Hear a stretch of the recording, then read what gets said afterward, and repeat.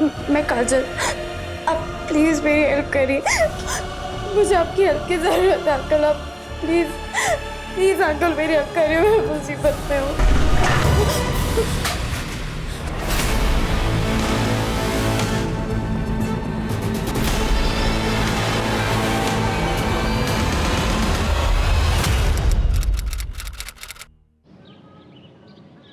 मनुष्य एक सामाजिक प्राणी है और उसकी जिम्मेदारी है समाज को बेहतर बनाने की।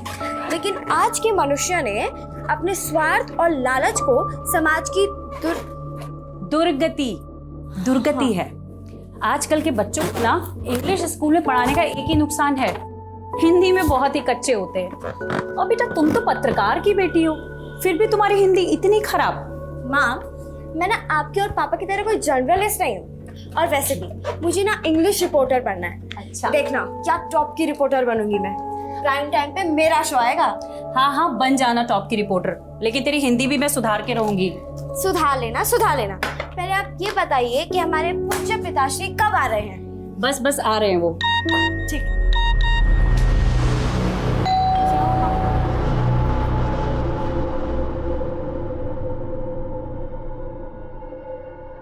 पापा, हो गई पार्टी की तैयारियां? हाँ थोड़ी सी बाकी है। मेरे बिना दादी, ये कैसी है आप? मैं ठीक हूँ, तू कैसी है? मैं ठीक हूँ। अभी आप इतने टाइम बाद आई है ना, तो मैं आपको वापस नहीं जाने देने वाली। अब हो गई शिकायत दूर। चल बर्थडे पार्टी मनाते हैं। हाँ?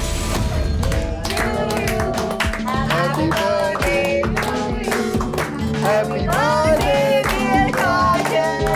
Happy birthday.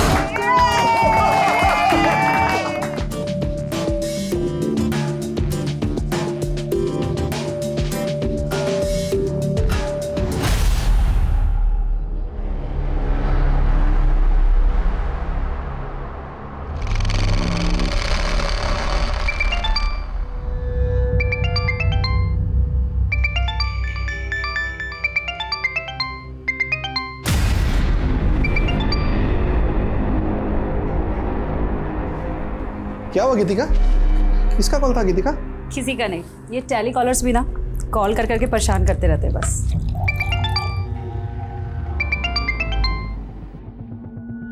मैं माँ को कोल्ड ड्रिंक दे के आती हूँ।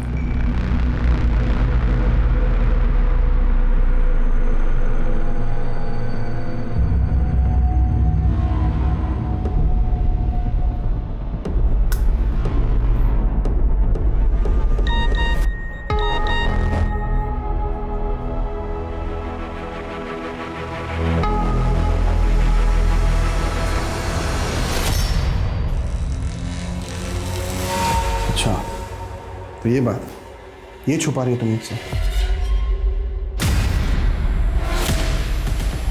खुद हमारा कौन है?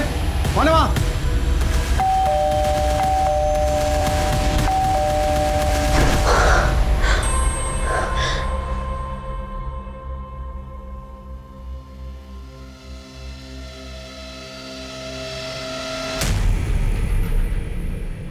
ले पहन ले, 10 मिनट के अंदर तैयार हो जा।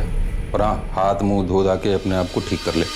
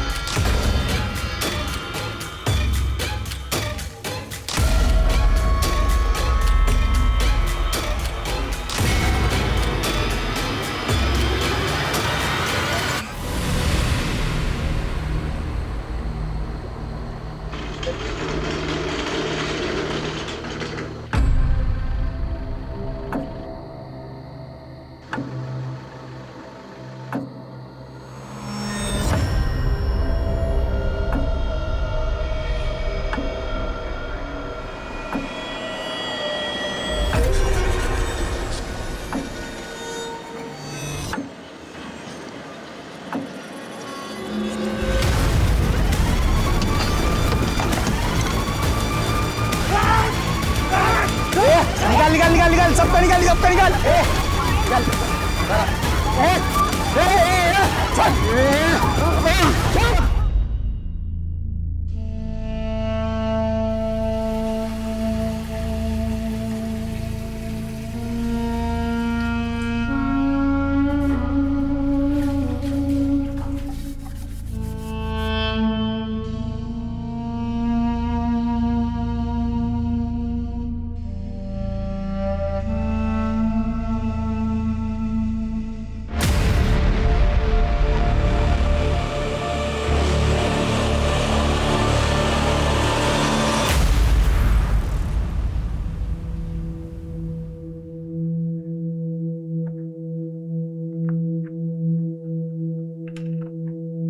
क्या जरूरत थी ये सब करने की?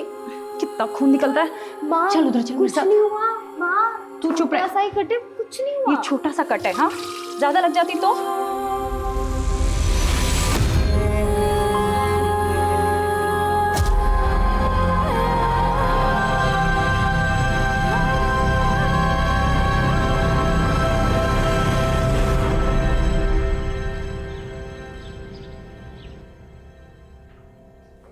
सर सर अभी अभी खबर मिली है कि बाईपास पर एक फैमिली के साथ लूटपाट हुई है सर। उनके एक फैमिली मेंबर की हत्या कर दी गई और उनकी महिलाओं के साथ रेप हुआ है सर। चलो।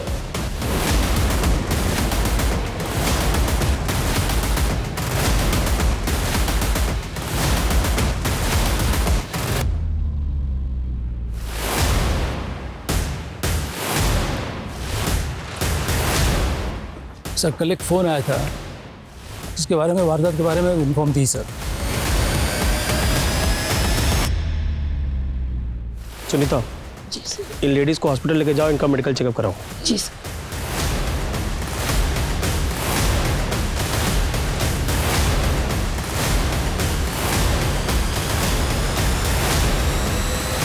कैसे हुआ ये सब? कौन थे वो लोग?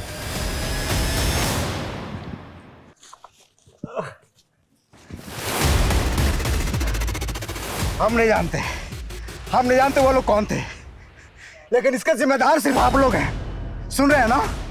आपके इलाके में इतना बड़ा वारदात होता है, मेरा पूरा परिवार बर्बाद हो गया। आप लोग जिम्मेदार इसका। देखिए, उस परिवार का गुस्सा जायज है और ये लॉ एंड ऑर्डर की जिम्मेदारी किसकी है? आपकी है ना? और कर क्या रहे हैं आप लोग? आपकी वजह से जनता में मेरी छवि खराब हो रही है। सर, हम क्रिमिनल्स को पकड़ने की पूरी कोशिश कर रहे हैं और हम ये case senior officer Abhimanyu Jindal को हैंडओवर कर रहे हैं सर।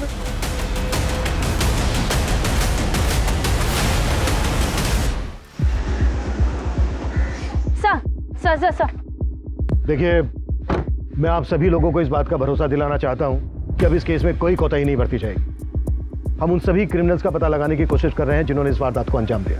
लेकिन सर, इससे पहले भी इस इलाके में और भी कई वारदातें हो चुकी हैं। देखिए, मैं समझता हूं ये केस बहुत ही संवेदनशील है। इसमें मैं आप सभी लोगों के सहयोग की भी जरूरत है। अगर आप लोगों के पास इस केस से संबंधित कोई भी जानकारी है तो प्लीज हमारे साथ शेयर कीजिए। क्या देख रही है, हैं? हमारा नंबर है 93395252। ज्यादा मत देगा, कर दिमाग खराब होता है। चल आजा।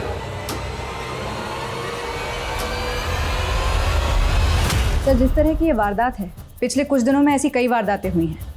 ऑन रिकॉर्ड इस एरिया में 5 अलग अलग जगहों पर 5 अलग अलग फैमिलीज के साथ रेप और लूटपाट की घटना हुई है। हो सकता है घटनाएं ज़्यादा भी हुई, लेकिन रिपोर्ट सिर्फ 5 हुई हैं।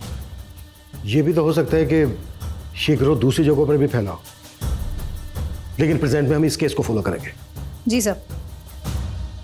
सर, ये फैमिली शादी के फंक्शन से घर लौट रही थी जब ये हादसा हुआ। लोकल पुलिस को क्रिमिनल्स का एक टिफिन हाथ लगा जिसमें चिकन था।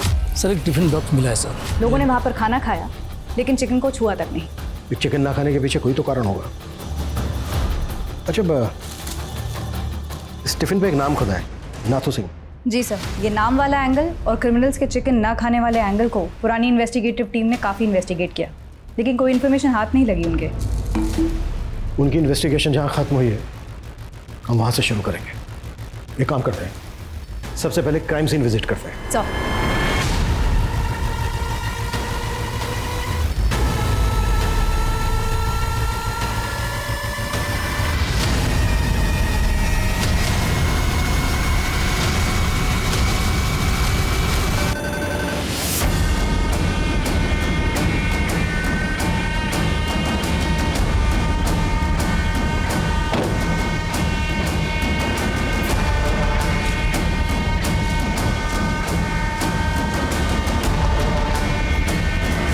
जगह बाईपास रोड से लगभग आधा किलोमीटर जंगल के अंदर है।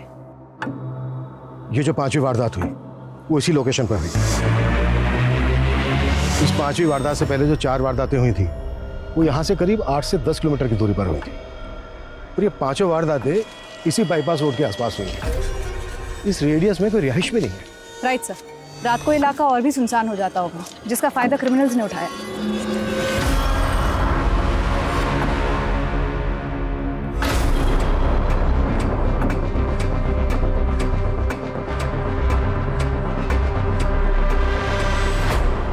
अगर आसपास कोई रिहाइश नहीं है तो फिर यहाँ पे पूजा करने कौन आता होगा? शाश्वता, आसपास के इलाकों में पता करो कि यहाँ पर लोकल लोगों का आना जाना है क्या।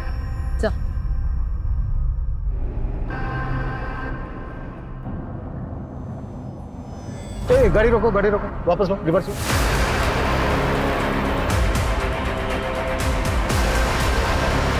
रोको रोको रोको रोको।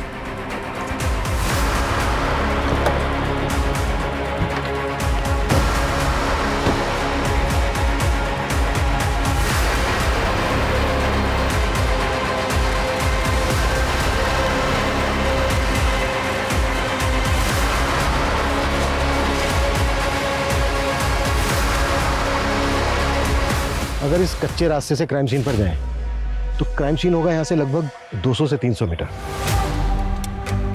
और अगर प्रॉपर रोड से जाएं तो क्राइम सीन का डिस्टेंस होगा लगभग 1 किलोमीटर। ये बैरिकेडिंग ऐसी जगह पर है कि यहां से क्राइम सीन का शॉर्टकट है।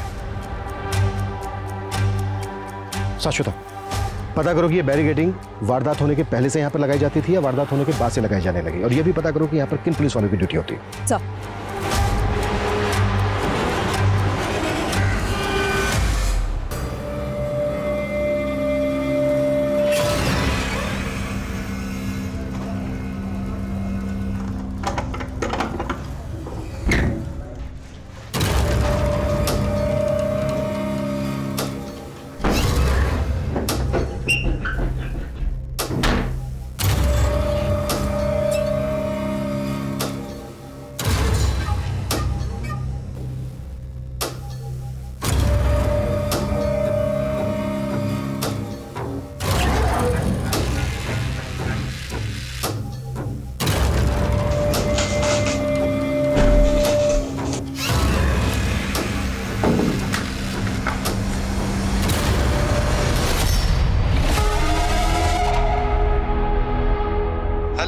हेलो हेलो, मुझे अंकल से बात करनी है।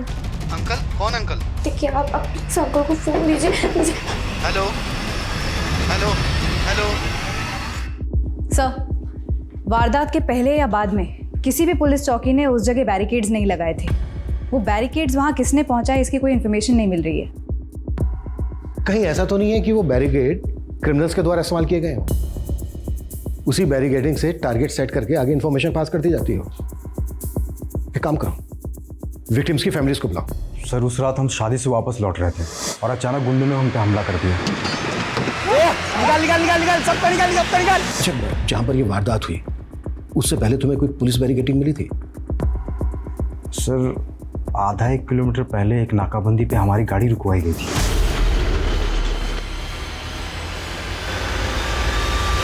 अच्छा, वो जो पुलिस वाला था उसकी शर्ट पे कोई नेम प्लेट लगी थी? सर, इतना ध्यान तो नहीं है मुझे सर। चेहरा याद है उस पुलिस वाले का? सर, काफ़ी अंधेरा था और मुझे कुछ याद भी नहीं है सर। अच्छा,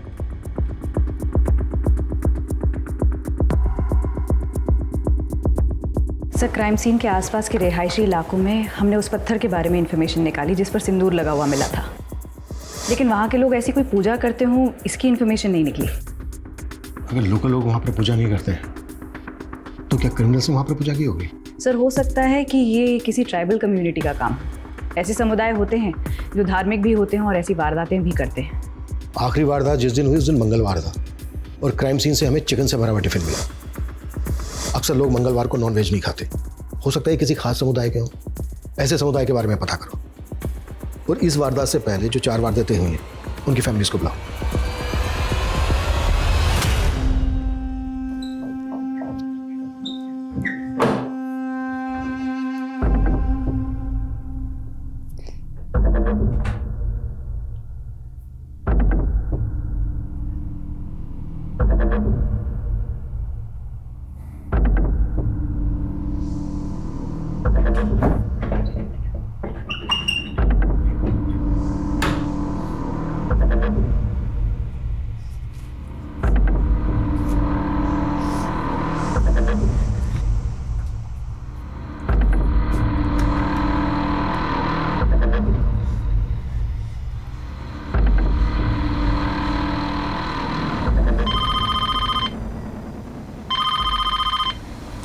हेलो, मुझे अंकल से बात करते हैं, आप मेरी अंकल से बात करवाइए। कौन से अंकल से आपको बात करनी है? ये पुलिस स्टेशन है। वो जो टीवी पर आए थे ना, मुझे इस अंकल से बात करनी है, तो आप इस अंकल से बात करवाएं। कौन से अंकल आए थे टीवी पे? आप बताइए बेटा, क्या बात है, मुझे बताइए। क्या हुआ? सर, एक बच्ची का कॉल है, वो कह रही है मुझे उस अंकल से बात करनी है जो टीवी पर आए थे। हेलो हेलो बेटा, मैं वही अंकल हूँ जो न्यूज़ में आए थे टीवी पर। बोलो, क्या बात करनी है? अंकल, मैं ना यहाँ पर फंस।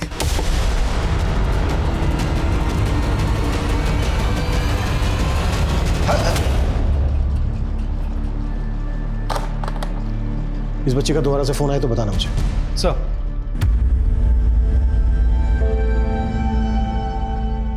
डॉक्टर रंजन, मैं समझ सकता हूँ ये आपके लिए बहुत मुश्किल होगा, पर क्रिमिनल तक पहुंचने के लिए ये हमारे लिए बहुत जरूरी है। 23 मई की रात को जो आपके साथ हुआ था, प्लीज वो हमें डिटेल में बताइए। सर, उस दिन मेरे नए क्लिनिक का ओपनिंग फंक्शन था। मैं अपनी फैमिली के साथ उस बाईपास रोड से घर लौट रहा था कि तभी 5 गुंडे लोगों ने हमारी गाड़ी का रास्ता रोक लिया। सर, मैंने उनकी बहुत मिन्नतें की, लेकिन उन्होंने मेरी एक बात नहीं सुनी और सब कुछ लूट कर ले गए हमसे। सर, हमारे पति बिजनेसमैन थे, तो उस दिन हम लोग गोरखपुर से घर जा रहे थे। उन गुंडों ने हमारी कार पे कुछ फेंका, जिससे हमारी कार इनबैलेंस हो गई। उन लोगों ने हमारे पति को मार दिया और हमारे साथ। उस घटना के कुछ देर पहले एक चेक पोस्ट पे हमारी गाड़ी के पेपर चेक हुए थे। हाँ सर, वहाँ से कुछ देर पहले एक नाकाबंदी थी। हाँ सर, हमारी गाड़ी की भी चेकिंग हुई थी। इन 5 वारदात में एक चीज कॉमन है, चेक पोस्ट पर विक्टिम्स की गाड़ी को रोके जाना। I am sure in criminals के कुछ साथी फेक पुलिस वाले बनकर टारगेट सेट कर रहे थे, आगे इन्फॉर्मेशन पास कर रहे थे और उनके दूसरे साथी वारदात को अंजाम पहुंचा रहे थे। लेकिन सर, किसी भी विक्टिम ने क्रिमिनल का चेहरा नहीं देखा, क्योंकि वारदात के वक्त सबके चेहरों पर गमछे बंधे हुए थे। हाँ, लेकिन जो फेक पुलिस वाले थे उनका चेहरा तो देखा होगा, और हो सकता है विक्टिम्स में से किसी ने क्रिमिनल्स का चेहरा भी देखा हो। विक्टिम्स के साथ दोबारा से बात करो, फेक पुलिस वाले और क्रिमिनल्स, इनके स्केच बनवाओ। सर,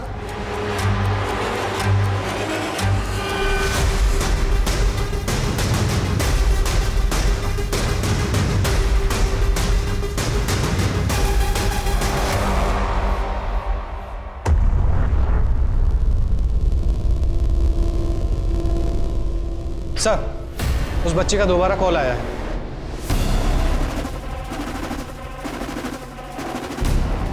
हेलो अंकल, मुझे आपकी हेल्प चाहिए। मैं बहुत मुसीबत में हूँ, आप प्लीज मेरी हेल्प करिए। हाँ बेटा, हम जरूर बचा लेंगे। अच्छा बताओ, तुम किस मुसीबत में हो और इस वक्त हो कहाँ पर?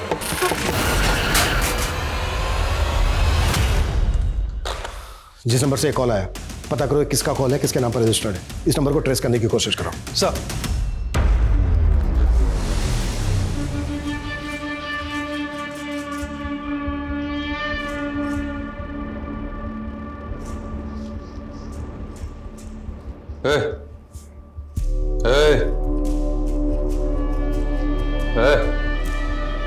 चलो, चलना नहीं है। सर, कुछ विक्टिम्स की मदद से हमने क्रिमिनल्स के स्केचेस बनवाने की कोशिश की। याददाश्त पर काफ़ी जोर देने के बाद ये 7 स्केचेस बने हैं, लेकिन इनकी हुलियों को देखकर ये कहा नहीं जा सकता कि ये कितने एक्यूरेट हैं। अपना डेटा चेक करवाओ, हो सकता है इनमें से किसी का किसी नामी क्रिमिनल के साथ हुलिया मिलता है।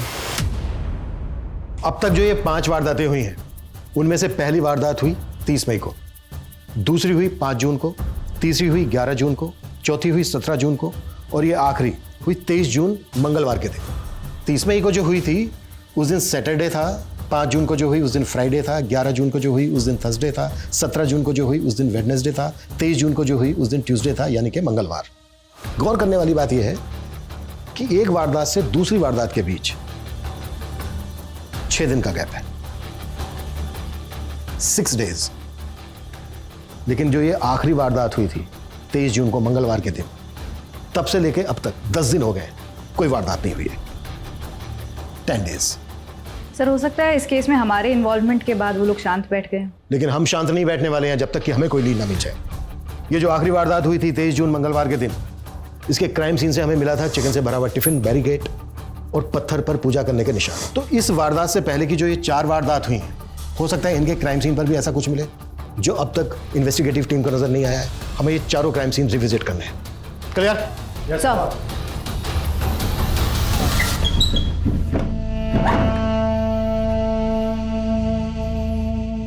ले तेरे लिए दूध लाया हूं, फटाफट पी ले। सुना नहीं? दूध लाया हूं, फटाफट पी ले। नहीं मानेगी।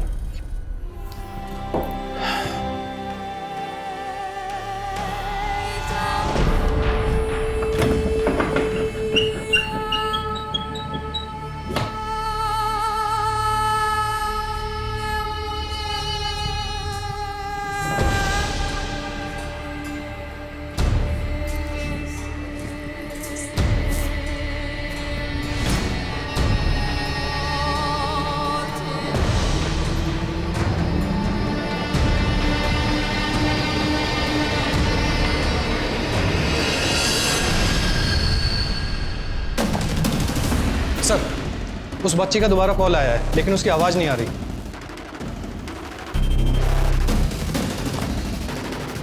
हेलो हेलो हेलो अंकल, मैं काजल, मुझे आपकी हेल्प चाहिए।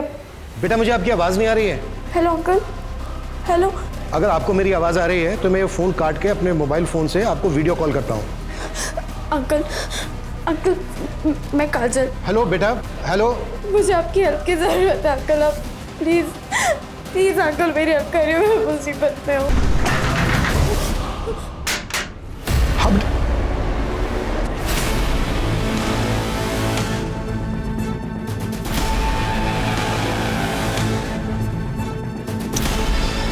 स्विच ऑफ हो गया। बच्ची काफी घबराई हुई लग रही है। ऐसा लग रहा है जैसे किसी मुसीबत में हो, उसको कहीं बंद करके रखा गया हो। ये देखो, विंडोज पर भी वुडन प्लैंक्स लगे हैं। जिस नंबर से बच्ची फोन कर रही है, मैंने कहा था तुमसे पता करो किसका नंबर है, कहाँ का है। पता किया? सर, टेलीकॉम सर्विस प्रोवाइडर को बोला था, लेकिन एक बच्ची मुसीबत में है, मदद मांग रही है हमसे। कुछ भी हो सकता है उस बच्ची के साथ, और तुम्हारे पास लेकिन के अलावा कोई जवाब नहीं है। खड़े क्या हो, पता करो। सर,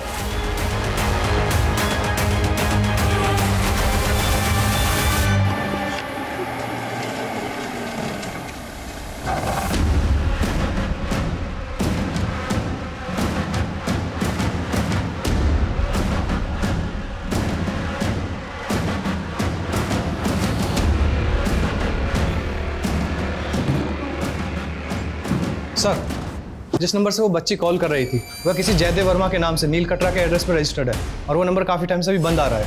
और सर, ये जयदेव की फोटो। अच्छा, जिस वक्त बच्ची ने कॉल किया था उस वक्त वो नंबर कहाँ पर एक्टिव था? सर, गौतम नगर।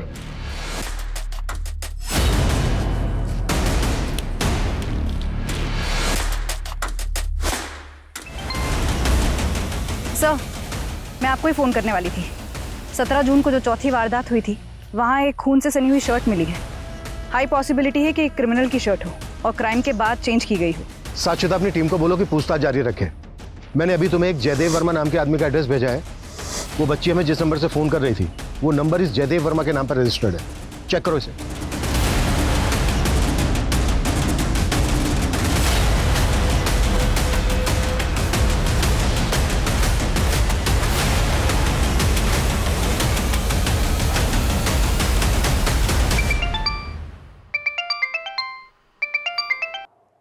हाँ शाश्वता।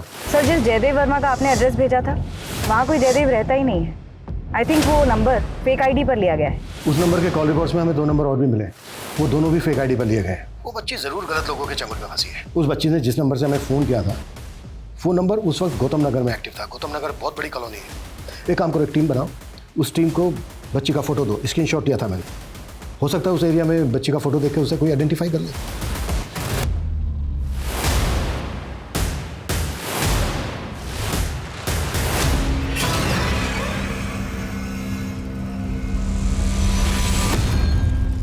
अगर ये शर्ट उन्हीं क्रिमिनल्स में से किसी एक की है, तो ये जेके टेलर से हमें उनकी लीड मिल सकती है। सर,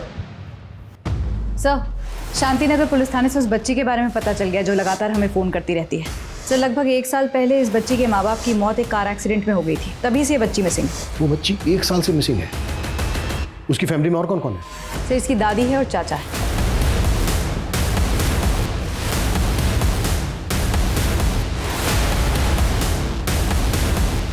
मेरी काजल जिंदा कहाँ है वो? आप उसे अपने साथ लेके क्यों नहीं आए? इस वक्त काजल कहाँ है हमें नहीं पता। काजल ने हमारे पुलिस स्टेशन में फ़ोन किया था, उसे हमारी मदद चाहिए थी। हमें ऐसा लगता है कि उसको कहीं कैद करके रखा गया है। कहाँ कैद किए? ये हम पता लगा रहे हैं। आप लोग प्लीज़ ये बताइए कि 1 साल पहले एग्जैक्टली क्या हुआ? काजल उस दिन मेरे बेटे और बहू के साथ ही थी। वो लोग मुझे मिलने यहाँ मेरे घर आने वाले थे। दादी हम बस निकलने ही वाले हैं, लेकिन पहले आप मुझे ये बताइए कि आपने मेरे लिए स्पेशल डिश बनाई है ना? तू बस आ जा, तेरी पसंद की सारी चीजें बनाई है। अरे मम्मी आपके लिए कुछ लाना है क्या? नहीं नहीं बेटा, तुम लोग जल्दी से आ जाओ बस। मैं शाम तक इंतजार करती रही, फिर खबर मिली कि उनका एक्सीडेंट हो गया है।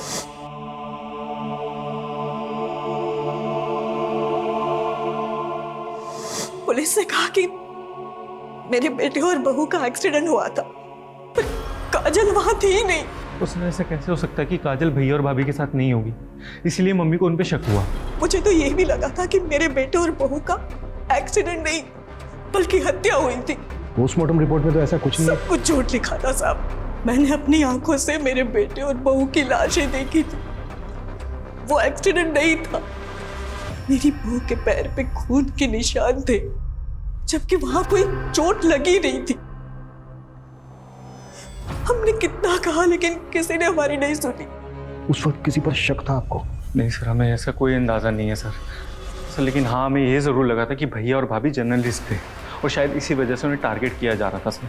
काजल ने जिस नंबर से हमें फ़ोन किया था, वो नंबर उस वक्त गौतम नगर में एक्टिव था। गौतम नगर में आपकी जान पहचान का कोई रहता है, कोई ऐसा जिस पर शक हो आपको, जो काजल के साथ ऐसा कर सकता हो या आपके बेटे बहू के साथ ऐसा कर सकता हो? नहीं सर, कोई भी नहीं है सर जिस पे हमें शक हो। लेकिन सर हम बस ये चाह रहे हैं, आप काजल को प्लीज़ जल्दी ढूंढ दीजिए सर, हमें उसकी बहुत चिंता हो रही है। हाँ मैडम, ये मेरा ही टैग है। ये शर्ट मैंने बनाई है। किसने बनवाई थी तुमसे? अब मैडम रोजाना इतने सारे ग्राहक आते हैं यहाँ पे, अब ये बताना थोड़ा मुश्किल हो जाएगा। इनमें से किसी को जानते हो? मैडम ये तो एकदम सुनील साहब जैसे दिख रहे हैं। वो भी आपकी तरह पुलिस में है और उनको पुलिस की वर्दी मैं ही सिल के देता हूँ। कहाँ रहता है ये सुनील? आइए मैडम, ये उनका घर।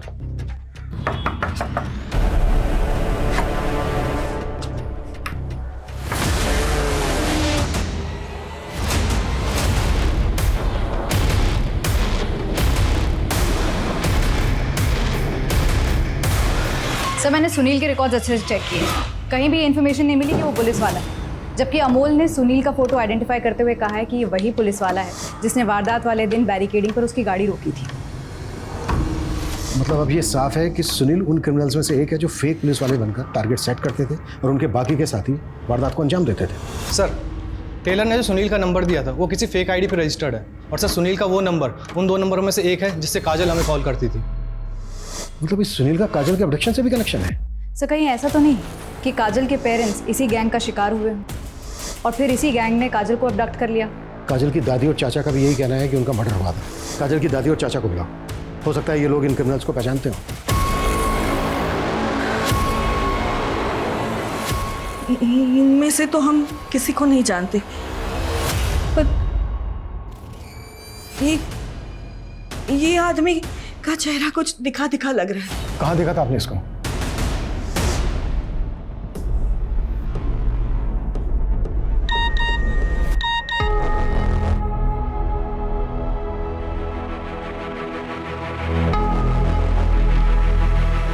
अच्छा ये बात है, ये छुपा रही है तुम मुझसे?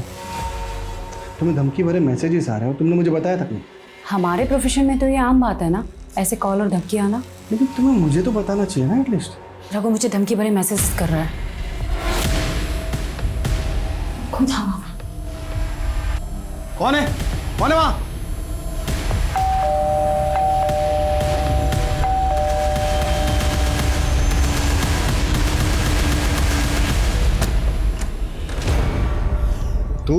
तेरी हिम्मत कैसे हुई गीतिका को धमकी देने की? चल रे, आराम से शांत।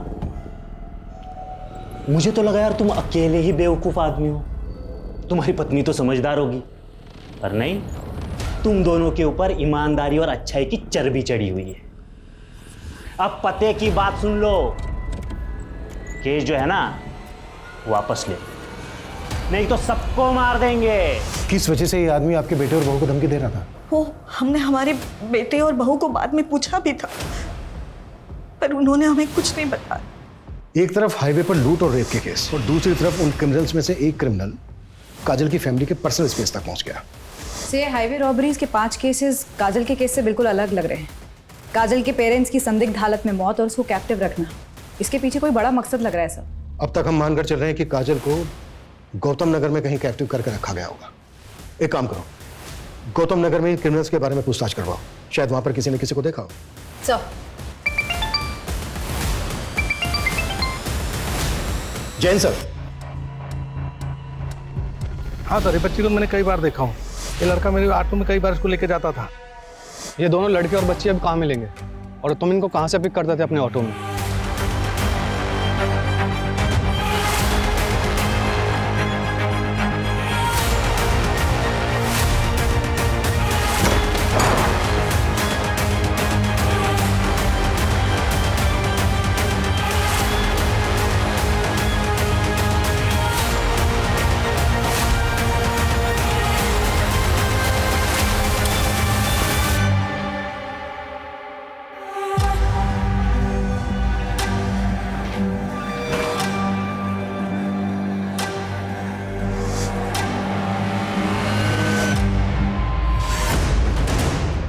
जब काजल के साथ मेरी वीडियो कॉल पे बात हुई थी तो काजल यहीं पे थी, मतलब उसको यहीं कैप्टिव करके रखा गया था। पता करो ये जगह किसकी।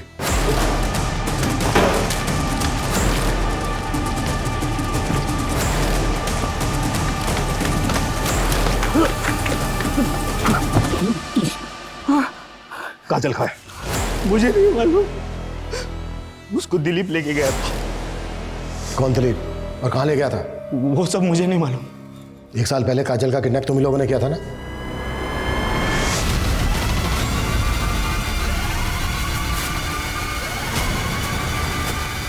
आनंद, क्या है? बाहर निकल रहे हैं, लेकिन क्या हुआ? आनंद, अरे क्या कर रहे हो? अरे मेरी बात तो सुनो। आवाज बाहर एकदम। छोड़ मुझे। और पिछले 1 साल से साहब उससे मजे कर रहे हैं। ये जो हाईवे पे लूट और रेप के केसेस होते थे, ये सब भी तुम उसी साहब के कहने पे करते थे ना? नहीं साहब, इसमें हमारे साहब का कोई हाथ नहीं है। ये तो हमारे समुदाय का पुराना धंधा है। हम अपने देवता को प्रसन्न करते हैं और हम में से एक पुलिस के भेष में बैरिकेडिंग लगा के टारगेट सेट करता है और हमको इन्फॉर्म कर देता है। कि सुनील तो तुम्हारे लिए काम करता था, फिर उसको क्यों मारा? उसके साथ बंटवारे के लिए झगड़ा हो गया था तो मेरे लोगों ने उसको मार दिया। देख, सब कुछ तो बता दिया तूने, अब ये भी बोल दे कि तेरा साहब कौन है और काजल कहाँ है।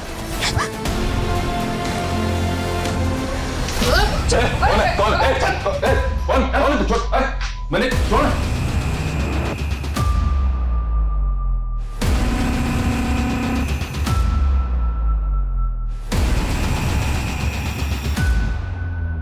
देखो बेटा, डरो मत, तुम्हें डरने की कोई जरूरत नहीं है। अब तुम हमारे पास हो, कुछ नहीं होने देंगे हम तुम्हें। बस बेटा हमें ये बता दो कि वो लोग तुम्हें किस आदमी के पास लेके जाते थे? पापा ने उस अंकल के अगेंस्ट न्यूज छापी थी। चल अंदर चल। इधर है तेरा पति, किधर? बुला उसको। अरे अरे ये क्या कर क्या? उसके करप्शन की एविडेंस थे, इसलिए उसने। साहब ने बोला था कि उनकी मौत ऐसे हो जैसे एक्सीडेंट लगे और कार को खाई में फेंक दिया। तुम्हारा हिसाब कौन है?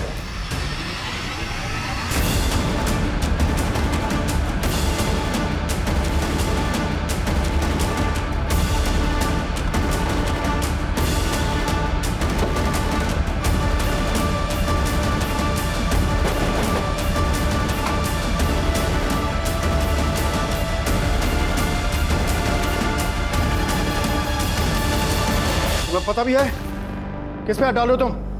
2 मिनट के अंदर ना तुम्हारी वर्दी छीन जाएगी तुमसे। हमारी चिंता छोड़िए, अपनी सोचिए मंत्री जी। आपकी तो कुर्सी भी गई और इज्जत भी। ये फाइल देख रहे हैं आप, इसमें आपके सभी कुकर्मों का हिसाब किताब है।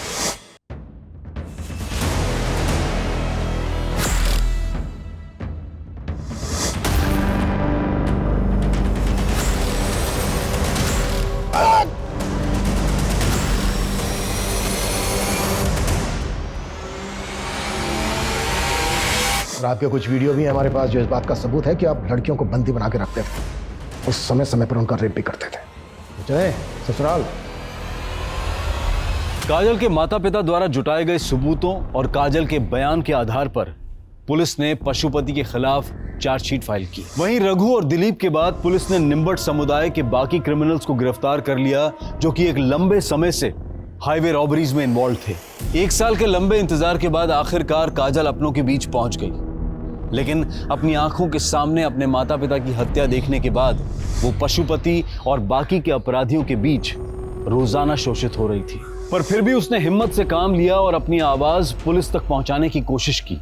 काजल अपने दर्द से कभी नहीं उबर सकती, लेकिन फिर भी वो रिपोर्टर बनकर अपने स्वर्गीय माता पिता का सपना पूरा करना चाहती है। हम उम्मीद करते हैं कि काजल के सपने जरूर पूरे हों। अब मैं अनूप सोनी आपसे विदा लेता हूं। फिर मुलाकात होगी क्राइम पेट्रोल सतर्क में एक और नए केस के साथ। तब तक अपना और अपने परिवार का ख्याल रखें, सतर्क रहें, सुरक्षित रहें और देखते रहें क्राइम पेट्रोल सतर्क। जय हिंद।